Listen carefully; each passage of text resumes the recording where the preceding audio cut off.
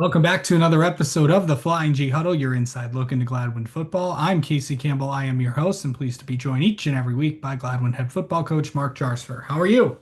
Doing good, Casey. How are you? Doing good. So we are now in we've completed week 3 of the season, on to week 4, but before we get to week 4, we need to recap week 3. So take us into the Ogama game. Yeah, it was a game, going into this where we knew it was going to be a really tough challenge for us. Ogama's the, reigning JPC champs from last year, and when you're looking at the teams in the league, not only did they win the league, they probably brought back the most experience into this year as well. And so, I think pretty much everybody considered them to be the front runner for it. But with that, I thought our guys did a good job of getting up for the game and doing a good job of preparing. And we came into that game and went right on the field, scored on our first drive to make it 7-0. And that was the best possible scenario for us coming out of the gate. Obviously, on their possession, they went on the field and answered, and then it was kind of a back and forth thing for the next couple drives, and they ultimately ended up taking the lead 14-7, and then on our last drive to end the half, we ended up turning the ball over on downs on their 10. And so, having a chance to tie that up right before the half would have been huge if we were able to get that done. It was their ball out of the gate.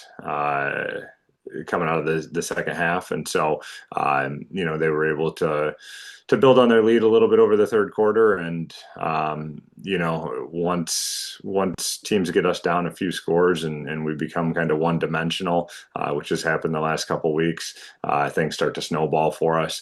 And ultimately, against a really good team like that, just the margin of error is so thin.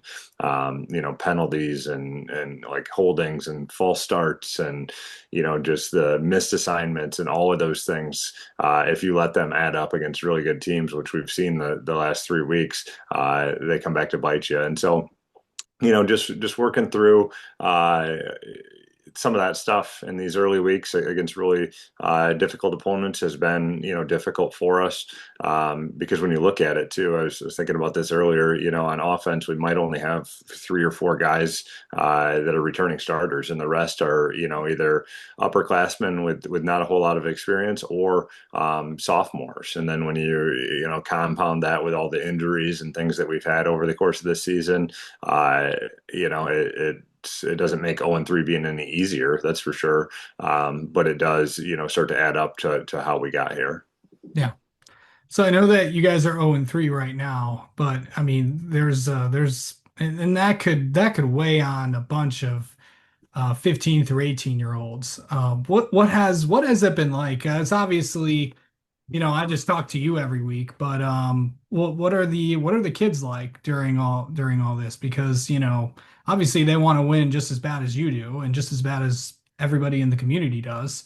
I mean, no one likes losing, but Right. Yeah. No, I think our culture is still strong, and I'm glad that you asked about that, because I give our seniors and our upperclassmen and our captains a lot of credit for keeping this ship steady. The senior class is a group that's been a part of a lot of really cool things in Gladwin history over the last few years since they've been in high school, and we've won a lot of games, and they've got to experience a lot of those things, and so it'd be really easy for them to be disappointed, as seniors saying like, this isn't how we wanted to go out. And although I'm sure that's true, right? Like no one wants to be 0-3, and they've worked just as hard as anybody over the past 4 years to have their moment to shine too. It kind of is what it is as far as us having all the youth and the injuries and the extremely difficult schedule. I think it was, ranked the third or fourth most difficult schedule in Division 5 in the preseason. And so really I give them a lot of credit for their leadership and keeping the team together and keeping the focus in the right spot and being so positive and just continuing to grow and work and prepare and do things all the right way. Because, as you mentioned, it'd be really easy at this point for players to start to jump off the ship and parents to, start complaining and all of that kind of stuff. And truthfully, I haven't heard any of that from players or parents alike. And so I think our culture is really strong. I think people kind of believe in the process. This reminds me of a couple years ago back in 2020 when we had a lot of sophomores up on the varsity team. That's obviously the group that went on to win that state championship. And we stayed really competitive in a lot of really difficult games that year, and like upset Dexter that year, and uh, but still lost in double overtime to Beaverton, and blew a 20-point lead against Meridian. And so it reminds me very similarly of that year where you just know you're going to take some lumps when you have that much inexperience on your roster. But there's going to be times where it really shines when you put it all together. And I think we're really close to putting it all together. The ebbs and flows of high school football. Um, Certainly. well, I think I'm not sure if you may have given an MVP award out to the senior class already, but do you have any more you want to give out? Yeah, I mean that's a good point. Like the captains and the seniors obviously would be our MVPs at this point for keeping it all together and continuing to work hard and believe and we're not done yet. Like there's still 6 games left. 2/3 of the season left to go, and certainly we have to win some games if we want to get in the playoffs. But the playoffs aren't out of the question at this point, and so that's our goal. And just taking it game by game. But as far as MVPs from this last week, I would say offensively, Colton Finnegar had a really good week. I think he had 11 carries for right around 100 yards and a rushing touchdown. He was 15 of 22 passing for 116 and a touchdown.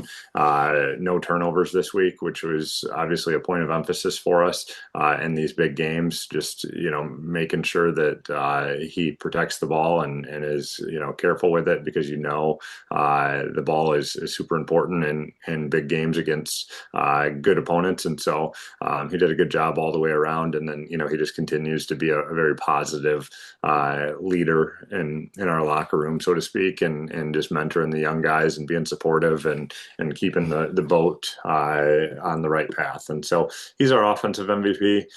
Defensively, I would say Talon Goodwin had as good of a week as anybody. He led our team in tackles with 12 of them. He starts at middle linebacker, and he's just a tough, physical, gritty kid that just has relentless effort and doesn't give up at any point, even when the game is pretty much sealed. And so he had a good game from his position, and obviously led us in tackles, and so he'd be our defensive MVP. And then for special teams, I would say Madison Lockwood again. She's perfect on the year with extra points. They get on the tee. And so, at some point, I think that this is like that extra point game is going to be critical when we get into a close battle. And so, just her ability to stay locked in and deliver kick after kick has been really good for us. So she's our special teams MVP. All right. Let's JV team update. How'd they do this week? So the JV game is very similar, like almost eerily similar, to the varsity one. I believe that they were down 14 to 8 or something like that in late in the third quarter, and then just kind of ran out of steam late, and the wheels kind of came off, so to speak, in that one as well. And I think it was like it ended up being 30 something to 8 or something like that. And so very similar, which is kind of crazy because Spring Lake was very similar to the varsity as well. And so I've thought about that a lot too. It's one of those things where we believe in the process that we have in place of developing guys for the varsity level. And, if we were to go back and look at these, 8 or 9 different sophomores that have started on the varsity and plug them all onto the JV team, our JV team would be very good. But, we believe in getting them ready for varsity and getting them developed to the best of our ability so that, in the future years, we're going to continue to have success. And so, JV teams just plugging along and still working and developing kids the best that they can. And we're happy with where we're at. All right. Let's get a middle school update. Yeah, they played a doubleheader, seventh and eighth grade against Saginaw Thompson this last week and split. The seventh graders, I believe, won 36 to nothing, which was a good, opening game for them to get into it. And then the eighth grade was a really good game as well. I think that one was like 14 to 6 or something like that. And they had opportunities, late into that game, I want to say to come back and certainly win the game, and at the very least end up with a tie, but just ultimately weren't able to get it done. And you saw some first game mistakes and those sorts of things for them. But those groups are both doing well, and we're excited to see the next 5 games in their season and see them develop and continue to grow, and then get that good group of eighth graders into the high school with us the following year. All right, let's quickly talk about a staff member. Yeah, this week I'll talk about Coach Mike Bailey. He's a guy that I've talked about before as well. He was a head coach in Gladwin back in the early 2000s, I believe. He's a member of our Gladwin Athletic Hall of Fame for coaching. Just one of the best humans on planet Earth. Anybody that knows him, only has positive things to say about him. He works a lot and primarily with our JV team. And he's like the perfect guy for the job because he's always so positive and supportive, but he can be, hard on him when he needs to be. And so, a volunteer coach for us. We're blessed to have a lot of those volunteer guys that just give up their time when they could be doing other things. And so, just a guy that's really, really good to have in the program and is also valuable in offering some good insight and perspective, when we're sitting here at 0-2 and 0-3. Just the things that he's seen over the years and things that he's been a part of is always good, to lean on when you're still a relatively young coach like I am. I'm only 36. This is my 19th year doing it. And so I've seen some things as well, but he's been around the game for a long time and can offer us some good perspectives on a lot of things. All right, and of course now of course it's on to week 4 and on to a game against Clare, and just kind of preview that one. Yeah, so kind of two pieces, I guess, to this one. I'll use it to kind of peg our off the field challenge that we have as well every year for the past, I think, 3 years or maybe 4.